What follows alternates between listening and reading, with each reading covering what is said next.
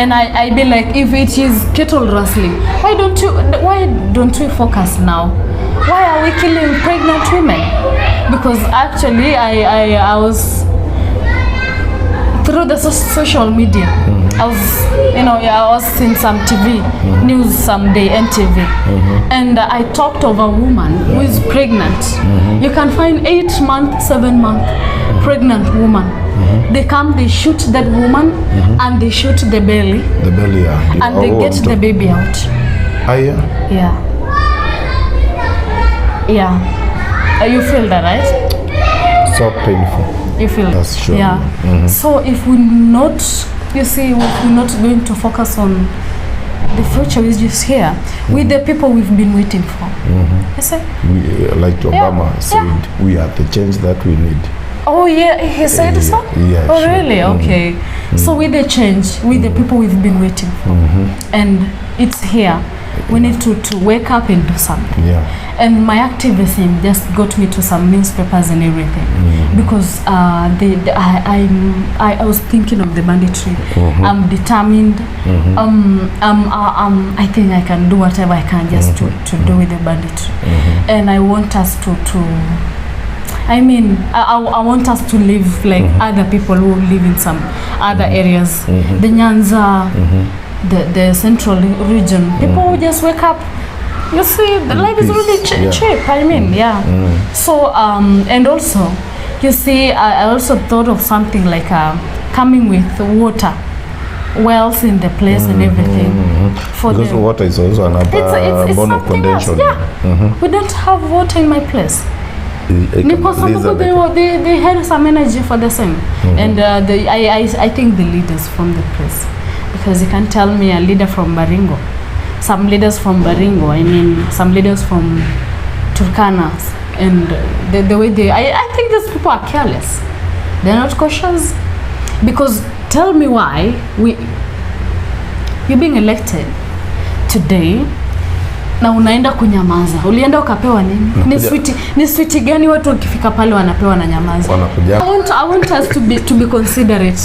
I want us to think of where you come from. That's your home. You left your mom home. Sure. You left your siblings home. And you must come back and change their lives. Because when we elect someone, we need someone who fights for us. We need some hope still left for the same banditry to eradicated. What do you think? How can you tell me why you're being elected today and you're quiet? What's in your mind? As a leader, still wake up. No, because now you are the voice of reason. Can you wake them up? Yeah, we are on the move. We are up. I normally say this. Baringo is my business. Oh yeah. Yeah. And now Baringo is my business.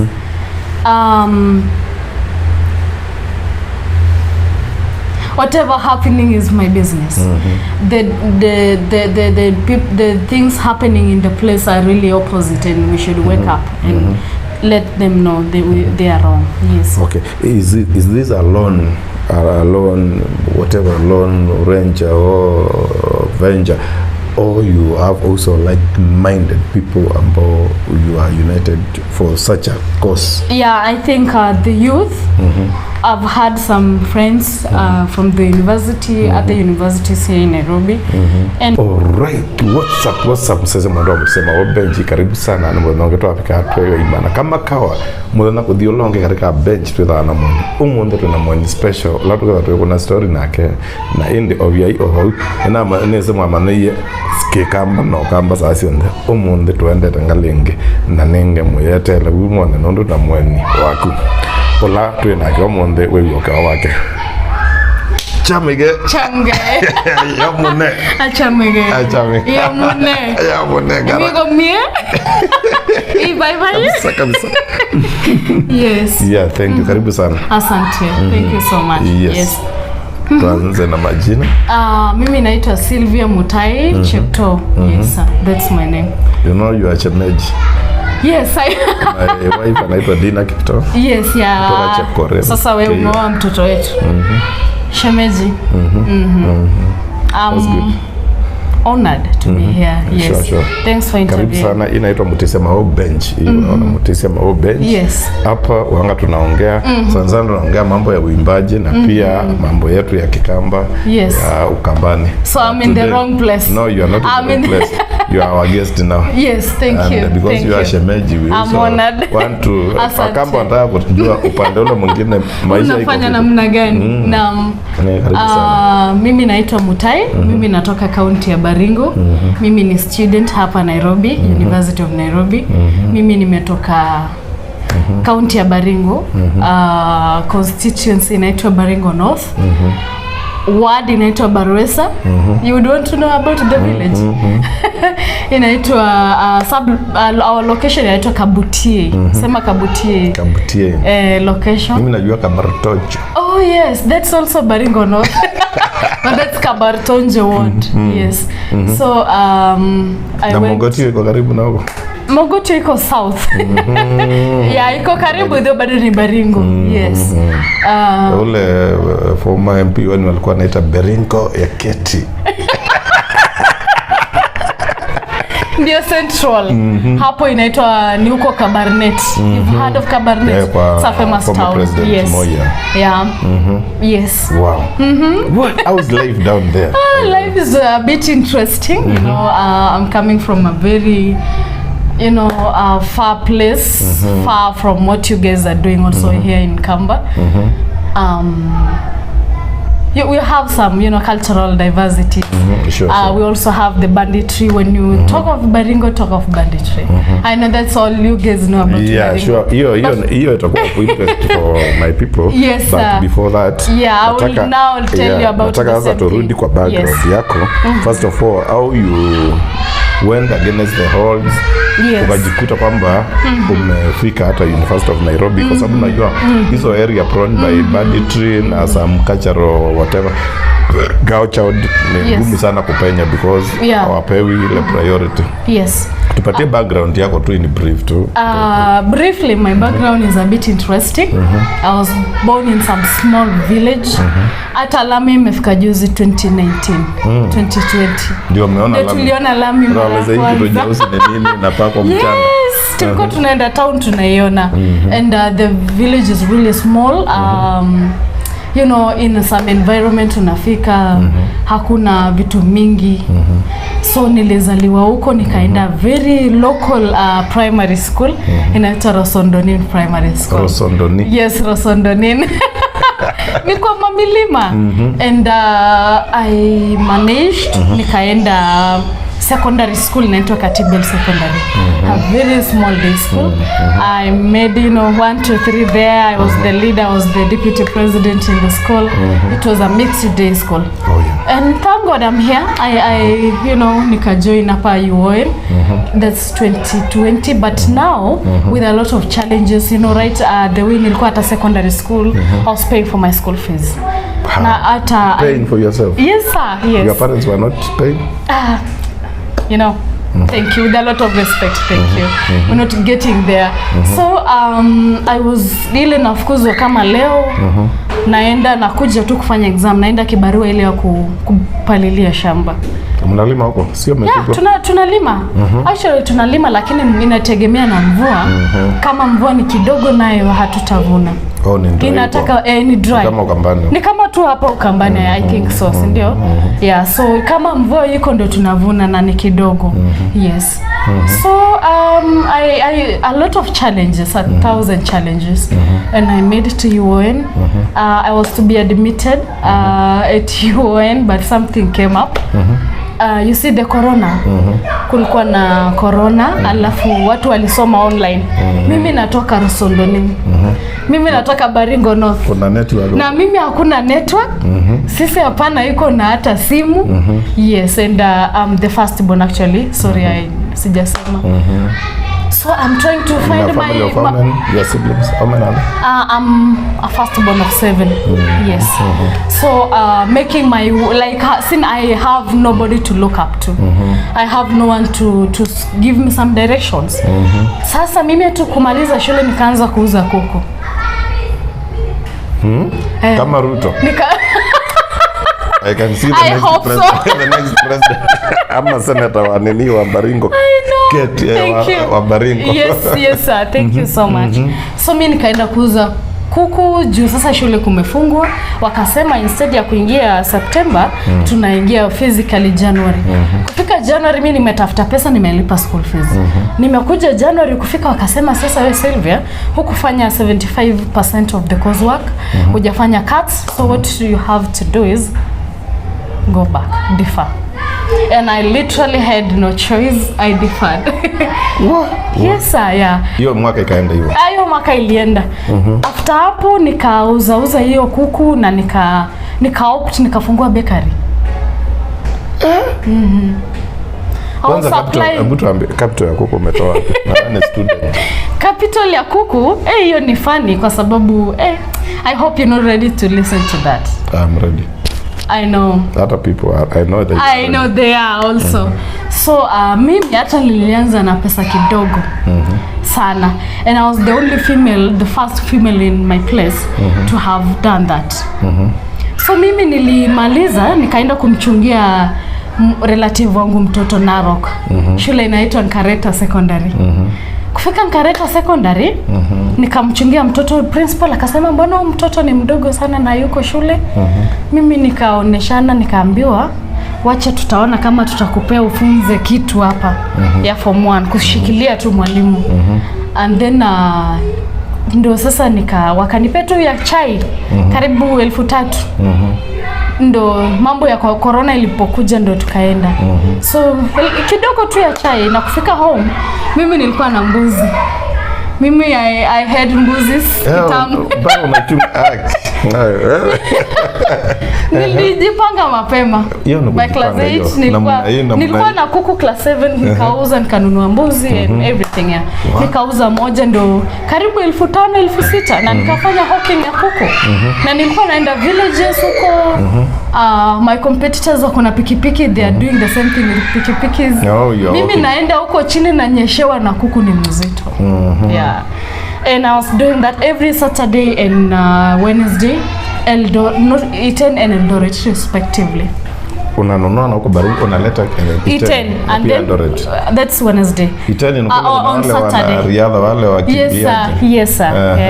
So and I also nika supply a hotel hapo. Inaitwa County Star Hotel. Yeah. Wale ni support. Wale ni support sana. Bado ni marafiki zangu. Mpaka leo unafanyanga hivyo? Sifanyi hivyo, nika opt kufanya bakery. Kafanya bakery kidogo. I was like nilikuwa naingia huko kwa mapokoto huko. Kwenye bunduki ziko. I could do whatever I could just to have the money and everything. You know, now I'm paying for my siblings. Una bake nini kwanza? I was baking donuts first, you know, the round ones, and then katikati me. You get? Yes, alafu nikafanya ngumu. Alafu nikauza raw cake. I want to introduce that, guys. Raw cake. Let me tell you about raw cake. Raw cake is a cake iko Baringo peke yake. Yeah, interesting, right? So raw cake ni kitu. Okay, we bake using the you see, I don't know, I'm sorry, I forgot. Oven. Tunatumia oven, lakini haina sukari mingi. We just do the thing and then we put on a oven. Haina sukari, haina anything. Like it's just I will get some pictures for that. Sorry, I can't demonstrate that. And I did that, and I was applying. I was like, I got an accident. On before accident. Before accident. Yes sir. Hii ujuzi wa kubake kwanza umetoa wapi? No, I'm just a crazy girl, crazy human being. Who showed you how to bake? I don't know how it happened because I was just like I want to bake. Mambo ya kuku imekuwa ngumu kidogo, na mambo ya barabara na mambo ya corona hiyo wakati ilikuwa ngumu. Then I'm like I went to some place where there was no knowledge of that. And I just bought some karais for them after and everything. And I have no idea how I got to know the recipes and everything. I just wanted to do that. Yeah, people bought. That's me. If I want to do this, I do that. Yes. Then the accident. Then the accident, 10th of March. Yes. And I got the accident. Now I can't pesa.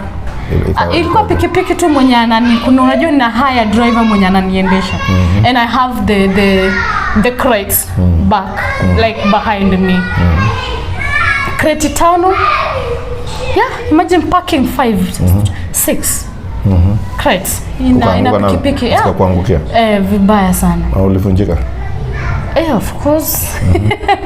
It was something else. It was something else. And ujue sijajui shule bado. Sasa hiyo ni wakati wa divaro. Nimedefer tu hivi, nimeuza kuku ndio nimefanya hiyo. Pole sana. No. I'm okay, I'm strong, you know. Sasa umeanguka. Sasa venye ulianguka uliachana hiyo biashara ama ulipona ukaendelea tena? Sasa kuanguka ilichukua pesa mingi yenye hata nilikuwa nimesave. Na ujue niko na siblings wameenda shule. Yes. So I pay for their school fees. I do everything in my home. You get. So it was really hard. I mean, so hard. So kutoka hapo, something interesting again came up. I went to some place. I started farming. Yeah. Unalima nini sasa? Nikalima maharagwe. Yeah. Umehaya? Shamba na si kwetu Baringo, nikaenda Elgeyo Market to a land where no one knows me. Kwa kina Modhoni wako. Alafu sasa? Yes, and I found and you made money? I made some small amount because mvua ilikuwa kidogo. And I was like no, naacha hii nikafarm dengu. Ikakuja namna hii tena kidogo haikuwa mbaya. And after that now I was like nikafungua shule sasa. Nikajileta Nairobi. Yes, nikakuja sana UoN wakafungua. Alikuwa nafikiria umefungua shule yako. Not really. Maybe we'll get there someday, right? Sure. Yeah. So I came to UoN, I myself, with my suitcase, with my nguo zangu kidogo. With no one. I just came to the university. I mean, it was something else because hata sasa nikikumbuka inaka weird. Hata umefika nilimanage aje nilikuja tu peke yangu like unapata pale wazazi wa watu wamefika, watu wako wanafanyiwa register. Me I don't know what's happening. Yeah, I have no idea. What? Imagine now as a fresher now campus. So nikaenda nikamwambia mtu wa hostel, sasa mimi natoka Baringo na mimi sirudi sasa hivi. Mimi tu unipe pa kukaa, kanipea temporary room na nikangangana nikapata room and fight. Kalala chini. Hiyo ni jibu kiongozi. Turudi Baringo kwanza. Tuko Nairobi sasa, turudi Baringo kwanza. Mimi sijamalizana Baringo. Nataka kujua kwanza first of all. Ile culture, zile traditions ambao zinakuanga hazitambui culture.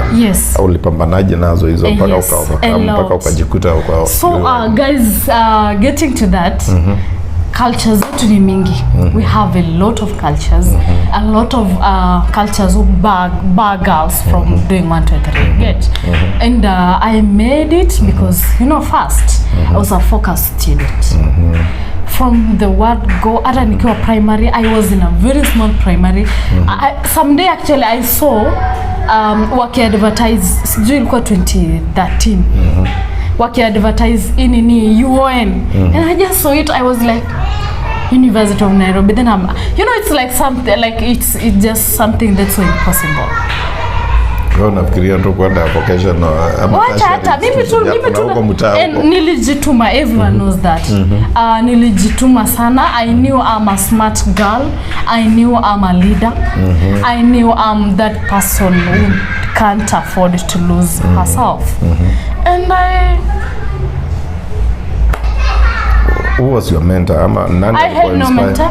Hakuna mtu alikupatia inspiration. Kwa hiyo hakuna mtu akona degree ya UoN. I mean, wacha nikwambie, hata I was like, I think I'm the second after some girl from some village. Mtoto wa mwalimu akaenda University of Nairobi. I mean, like I was my mentor and I followed the spirit that was in me. So you compete against yourself? Yes, I did. And I was like, no, I can do this. Yeah, all the time. In my place, we have something crazy.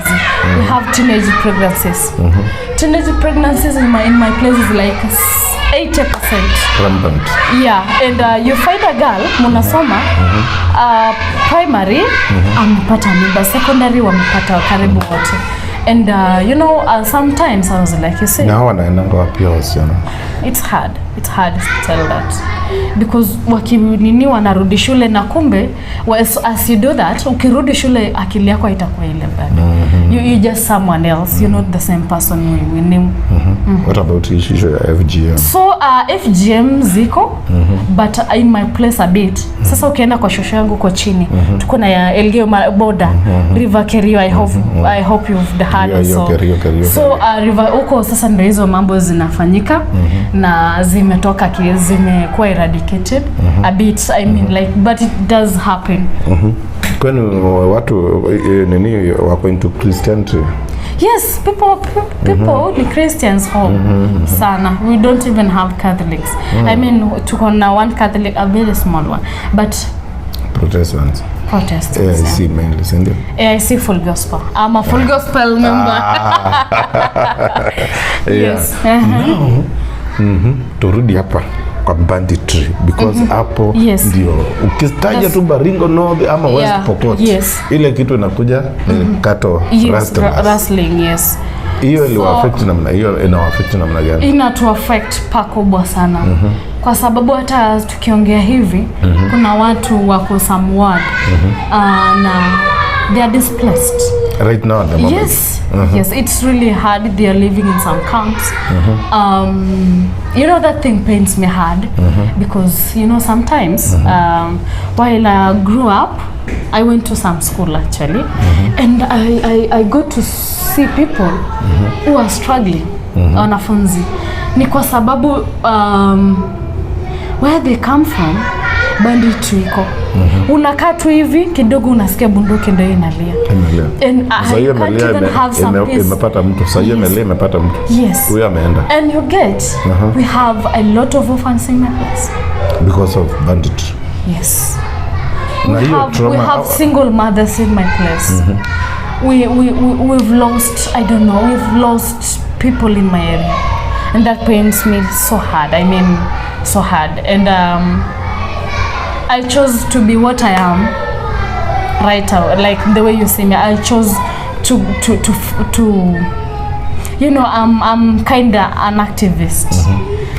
Before we come to there, turudi nyuma. Wewe kama mkazi wa hapo, umezaliwa hapo, umegrow hapo, ni nini huwa inachochea hii banditry? What triggers it according to your own view? A lot of things triggers the same, because the cattle rustling, and you see, this is not, it is 21st century, right? We don't even have to go for the cattle rustling. What I think of is that these people are not learned enough. By the lack of education. Yeah, because especially in my place, the border, right, down like kuelekea Pokot, that's where you find people who are not going to school. People when you wakifika 10 years, 11, 13 walishashika bunduki, and they just focus on the same. I mean, like I wish there was something to remind them of education, let them know the same, work on education. I think things might happen. Now, and and you know, you see, it's a tribal based war. It's not only Baringo, it's Elgeyo Marakwet, it's Turkana, it's Pokot. Yeah, and so it is in the tribal thing. Yes, you but don't now, do let's say Marakwet raid against themselves or Pokot against not really themselves. It's the Pokot, Marakwet, Pokot, Tugen. Tugen is me, the people of Baringo. Tugen, Mama Tugen. Ile ya Moi. Yes. Mtoto ya Tugen. Mtoto ya Tugen. Tugen. Kijana wangu anasomea Kabianga huko Karicha. Yes. Wanasemanga huko unakuta kwamba ule head of whatever anasema today we are going to hit chicken. Badala chicken ni chicken. I know. Ukisikia akinielezea hapa utacheka, yani wenye hiyo dialect yenu, hiyo accent. A bit yes, I know. I know. And how comes wewe una accent? Yani wenye I do have some accent. Hakuna. Let me tell you something, guys. Let me tell you. Acha niseme tu. Mimi nilikuja university bila hata Kiswahili. Yeah. I came to the University of Nairobi without a single Kiswahili. Kiswahili na Kizungu. No pronunciation. Umejifunzia. I mean, ni grace, man. Ni grace. Juu mimi nilikuja university kama sijui ku pronounce vitu. So unajua nimekuja na accent yangu full, nimekuja na mispronunciation. Kiongea kama ile ya Sheryl Gabriela. Yes sir. Unajua hiyo ya akiwa na akiwa na Yes. What? I know. Sasa hizi ng'ombe unasikia zimeibiwa 2000. Na ng'ombe zikiibiwa, hata wacha kuibiwa, saa hii ukiangalia ng'ombe zina move mingi. Unaonanga tu fumbi ni hiyo fumbi ni hiyo unajua hizi ng'ombe 2000, 5000, 3000 zinaibiwa na zinapotelea wapi na hazipatikani tena. It's funny. Very funny. Because you can't tell me. I know a lot of things are involved in this war. It's not just the communal based war, but there are a lot of things in it. There are a lot of politics in it. Yeah. So it's hard to tell that for now. Kwa sababu unajua sina lawyer. Guys, get to that. Get to that. Itafika wakati na tutakuja kusema hiyo kwa wazi. But in brief, tuambie according to you, hizi ng'ombe zimepotea na zipatikani kabisa. Kwanza ng'ombe kama hizo soko iko wapi, zinaenda ngapi? Okay, as I said, I have no lawyer. So, with a lot of respect, but we do know what's happening in the place. I myself, I can say I'm aware a bit. I mean 60%. We have something to do with the same. I think I am aware, but uko na clue? Maybe, I mean like siko na, but maybe what we think. Mbona unaogopa ukienda nyumbani wakuje? Ukisema ukifika nyumbani watakuja. Sitaogopa. Mimi siogopi. I'm a brave, courageous girl.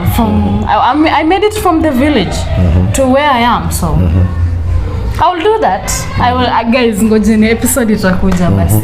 So umekuwa sasa activist hiyo anti-banditry. Yes. What made you make that decision kwamba now I have to stand and say no to banditry? It's a bit something so touching because I came to some point that in your area, do you have banditry issues? You don't. No. Munalala tu vizuri, munamka vizuri. Sisi tunaishi kwa msitu. We don't even sleep in our houses. Some of us tumekuja shule, wanafunzi wengine wakitaka kurudi nyumbani hawana nyumbani kwa sababu wamekuwa displaced. You just feel like you just wacha shule ikae tu hivi kusifungwe. I mean, like it really pains a lot to feel someone going through the same, right? When I tell you of my story, you will feel that. Nimeona kwa news kwamba hata wanaattack shule, wanachoma. Kwa nini wanachoma shule? Kwanza shule imewakosea nini? Yeah, that's also the question I normally ask myself and I ask people. And I be like, if it is cattle rustling, why don't we focus now? Why are we killing pregnant women? Because actually I was through the social media. I was seeing some TV news someday, NTV, and I talked of a woman who is pregnant. You can find 8-month, 7-month pregnant woman. They come, they shoot that woman, and they shoot the belly. The belly, yeah. And they get the baby out. Yeah. Yeah. You feel that, right? So painful. You feel that? So I was like, I think we need to stop this thing. And there is no way of stopping it unless you are a determined leader, focused girl. Because in the place, I pity women, I pity girls. who are in the camps right now. I pity my people, my people from my place who are homeless and we have lands.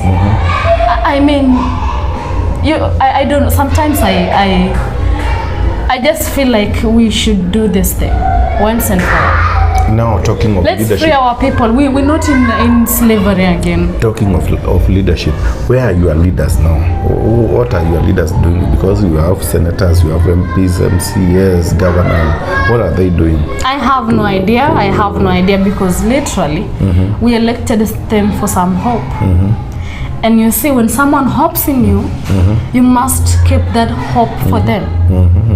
And we did elected people into the same, but I don't know. I don't know what to say. Where are they? I mean, like wengine hata wakati ni mechacha naonanga hata waheshimiwa wengine wanashika kama huyu Kamket. Yeah, Kamket. Huyu former MP wa hii constituency inaitwa nita Tiati. Yeah, naona hata wanashikwa. It's like they were also involved in those. Ni kama wana finance the war, even wana finance the raiding. Yes. You can tell some people, some leaders from some places wako na interest ya watu wao. And they take that to account. They do care of their people. Kwetu kuna wakati kulikuwa na issue ya sand harvesting. Na ilikuwa menace kwa maana ilifika mahali watoto wasomi wanaenda kupakia mchanga na nini, na ilikuwa so serious. Na kumbe sasa wale watu cartels wale wanauza hii mchanga na nini, they were financing even the leaders. Unakuta kwamba wewe unaitisha kiti, they fund you because they have a lot of money. Ndio ukienda kule usiwafight lakini unyamaza. Yeah, it used to happen. Kwa hivyo inaanza kuwa kwamba huko kuna wale watu wana finance leaders waende bunge ili wawasaidie kuwapatia protection wakiiba. And then also from some sources zile tunasikianga tu fununu huko. Unakuta kwamba hata hizo ng'ombe kuna ways zinafika Nairobi, hata ndio tunakula nyama huko Nairobi na tunashindwa hizo road block zote, hizo barabara zote na nini zinafika Nairobi haja. Kama zingekuwa zinaenda kama Ethiopia ama zinaenda Sudan, another case, lakini tunasikia kwamba hata kuna zile zinapita mpaka Mombasa, Mariakani. Yeah. Very fun. Thank God you have some information. Okay, mimi unajua mimi niko kwa field ya information, journalism na nini, na most of the journalists they are my friends. Yes, I know. One journalist was assaulted by the way by a guy ambao alikuanga ameaccused pia sometimes back as a police impersonator, whereby it was like a report kwamba that person was giving coverage ama protection for all the animals. Zinatoka kutoka kwa Baringo kwa West Pokot, zinakuja mpaka zinapita Mombasa Road, zinaenda kukuliwa Mombasa, zinaenda kuchinjiwa Mombasa na huko Mariakani. And then one time that journalist wanted to report such a thing, akakutana na the guy where he was almost killed. Alichapwa na akapelekwa kwa polisi ile iko karibu. I know. It happens, but you know, we can't cover things for so long. Yeah. Nasikia pia to protect that again and again. We will unleash that. Nasikia sasa huko. No one cares nasikia huko kuna vijiji ambao hata hakuna wanaume, either waliuliwa. I know, yes. Ama pia walienda into those banditry, walienda msituni na waka neglect a lot die actually. A lot die. Na sasa mumeibiwa ng'ombe. Wanaume pia wameuawa, wanaume wenu. Sasa hiyo situation sasa the way it remains inakuanga namna gani? I don't know, it's a bit. Watu wana survive aje? How do they feed? I mean, yeah, I know. Survive. Huko ni poverty. I mean, as the dad goes for something to I mean some protection. Hakuna kitu mnakula. Huko tukipanda hazikam na get hatuvuni, that's the right term. And you mean sometimes it's just God, because we depend on no one. We serikali wanakujanga wanaleta food, I mean kidogo. Yeah, but you can't feed all of them.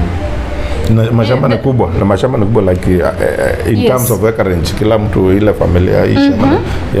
Shamba iko. On average family inaweza kuown shamba ya kama ya ngapi? si sana, pengine 2 acres, 1 acre, 3 5 huko chini. Ala. Yeah, nasema huko sasa huko dry huko hiyo. I mean people still have some lands. Na kama land ni eka 2, hizo ng'ombe kubwa mingi hivi zinalishwa hapo. Kuna venye wana herd and then kuna some grazing points. Grazing point huko milimani nini. Yes. Wow.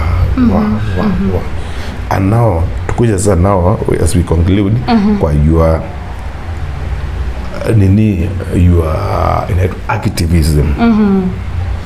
Nataka utupatie how it came about, how the vision came about, and your plans, ile road map uko nayo sasa ndio achieve your goals and the end result, what you expect. My activism ilikuja hata not even today, not even last year, but way far, imekuwa kitambo. And I was determined for a lot of things in the place. When I see the place, when I see my people who haven't even gone to school, who haven't even, reached some place like Nairobi, and they don't know basically what's happening there. The youth, you see, those who we schooled together, and they have no idea what's happening. And I was like, you see, we must do something in the place.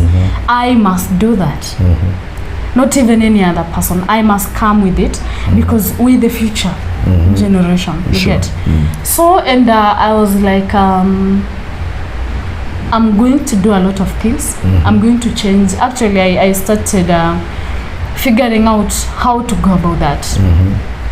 And the first thing I did was, the first step actually, was to come up with some association to help the girls of Baringo. I mean, something like foundation, a society. Sure. I was like, I need the society, I need to talk to the girls. I need to let people know, I'll be aware of the teenage pregnancy, the dangers involved in the, like with the, teenage pregnancies. And I mean, the boys also who leave school after being circumcised, because that happens a lot. They feel now they are being initiated to men, and because of that manhood, men's ego, they leave school and they cannot even be commanded in school, and they do some weird stuff, and that's right. And I was like, it's time to rescue them. It's time to rescue girls. You see, girls, when you educate a girl, you educate a community. Yes. And a society actually. A society. So you see, that's the step I first thought of, because I was also like, we should empower our women, our mothers, our strong mothers from the place who are working hard. You see the kokoto, they do that sometimes. They do a lot. They do a lot. Wow. Our mothers wenye wanaamka kwa nyumba asubuhi, wanaenda maji, wanarudi. Wanashika mbuzi, wanapeleka, wanarudi, wanapeleka ng'ombe. Na usiku nako na mtoto kwa mgongo, na usiku atakuja na kuni. You can tell that kind of, you see, we need to do something. I was like, we need to do something. We need to empower them. I was like, I must go to schools and talk to students and pupils. They need to be aware of what's happening. They need to focus. They need to be the change in the society. We're not like in the you see the future. The future is now. The future is us here. Us, sure. So if we're not, if we're not going to focus on the future, is just here with the people we've been waiting for. You see? Like Obama said, we are the change that we need. Oh yeah, he said so? Yeah. Oh really? Okay.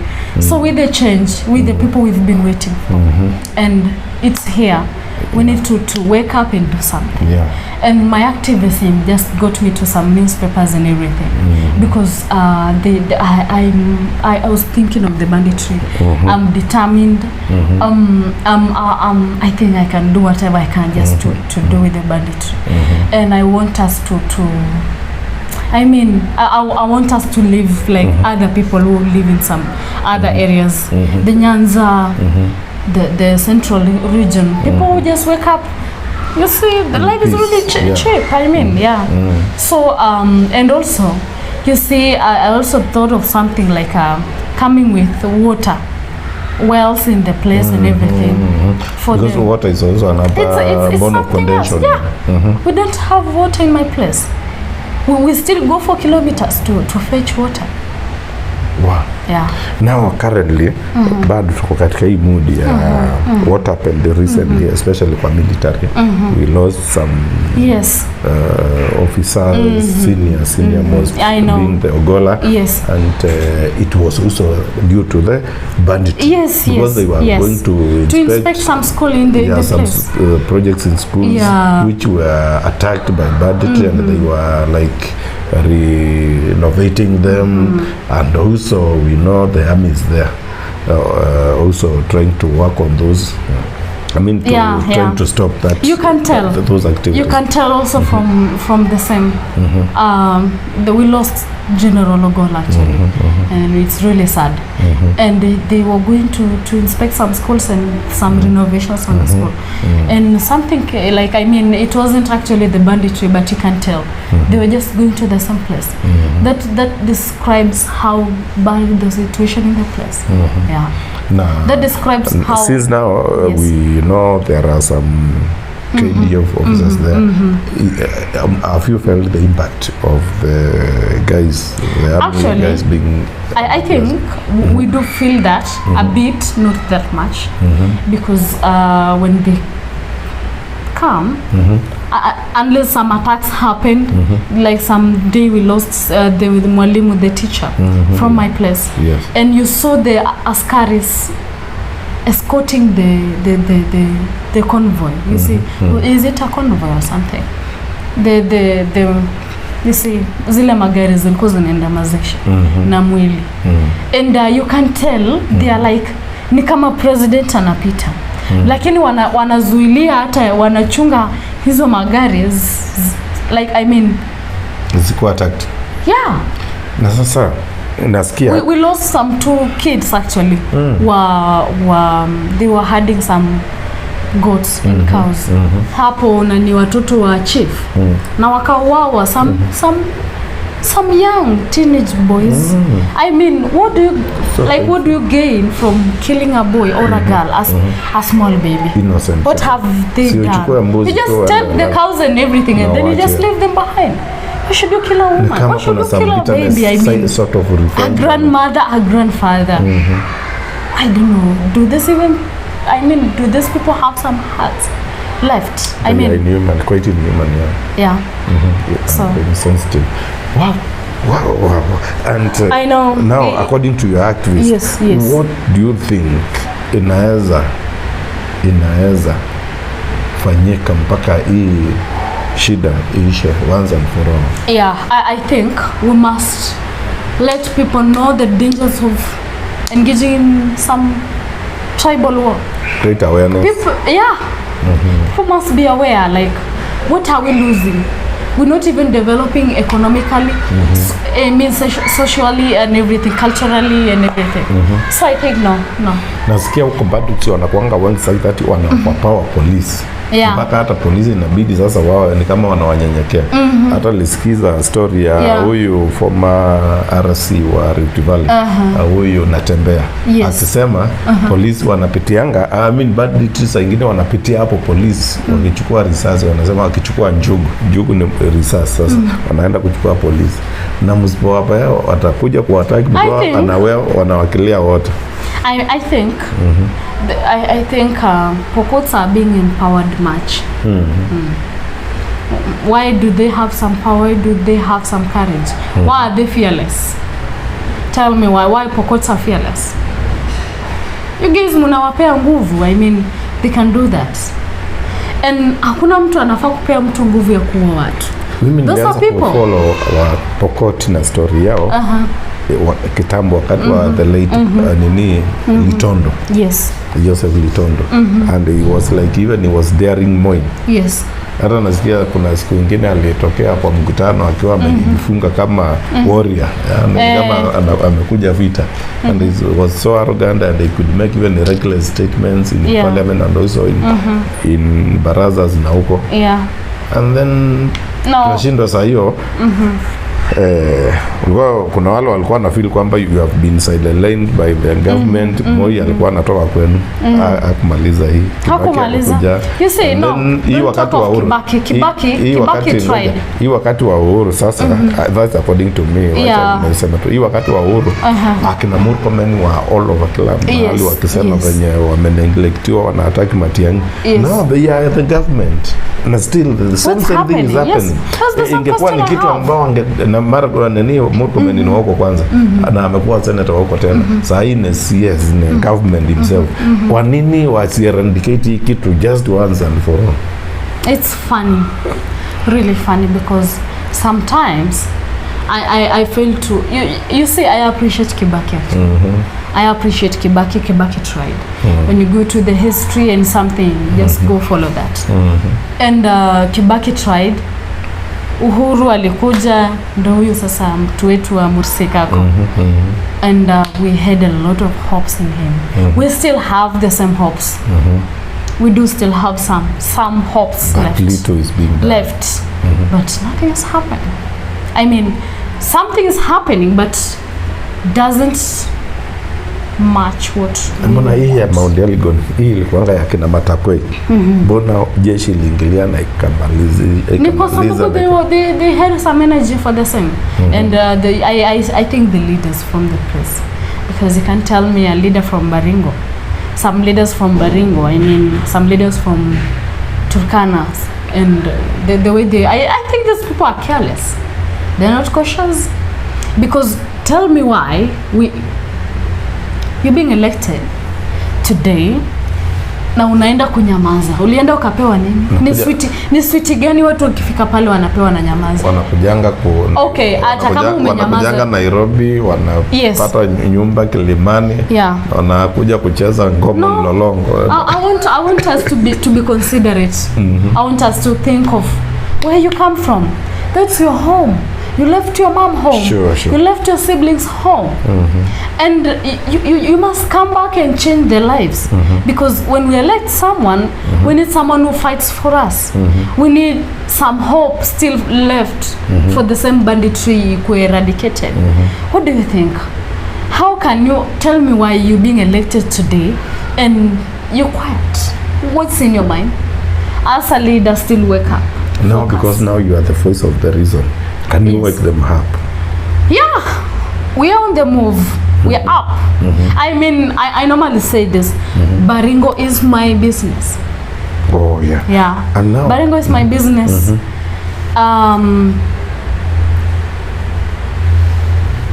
Whatever happening is my business. The things happening in the place are really opposite, and we should wake up and let them know they are wrong. Yes. Okay. Is this a loan, whatever loan, ranger or venture, or you have also like-minded people ambao you are united for such a cause? Yeah, I think the youth. I've had some friends from the university, at the universities here in Nairobi, and we've been. You see, when something comes up, we go address the journalists, and I think they're doing the great things so far.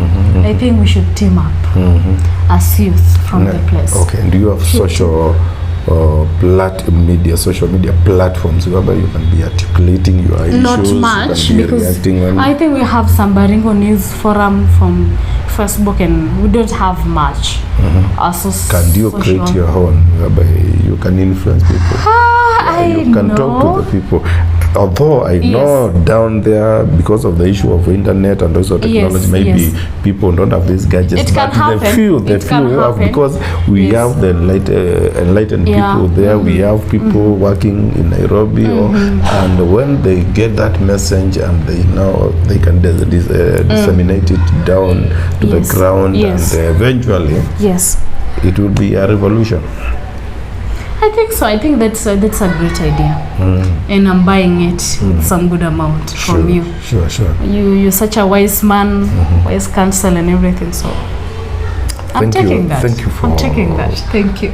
Grazing the bench. Yeah, I know. I know here mostly we talk about music, but today we have also you changed. Oh, really? We have changed to other things because of the need and also because of you, because I want also my Kamba people to know it's not what's happening on the other side. What's happening there, because in Kambaland we are so peaceful. And you have maembes on the place. And we have maembe. We have right now you can hear the way the rain is falling. Yes. It's all over green. We have greens with these vegetables. I think I should be going to the same place. Last season we harvested good amount of maize and we are full. Even us who are in Nairobi, we are not struggling because we are not sending money to food. Around and thank you so much. Thanks for hosting me. It's been something else. I wish you well. I wish you well. Thank you, sir. Thank you so much. Your initiative. Oh, thank you. Thank you so much. Found me actually, whenever you have something. It was great.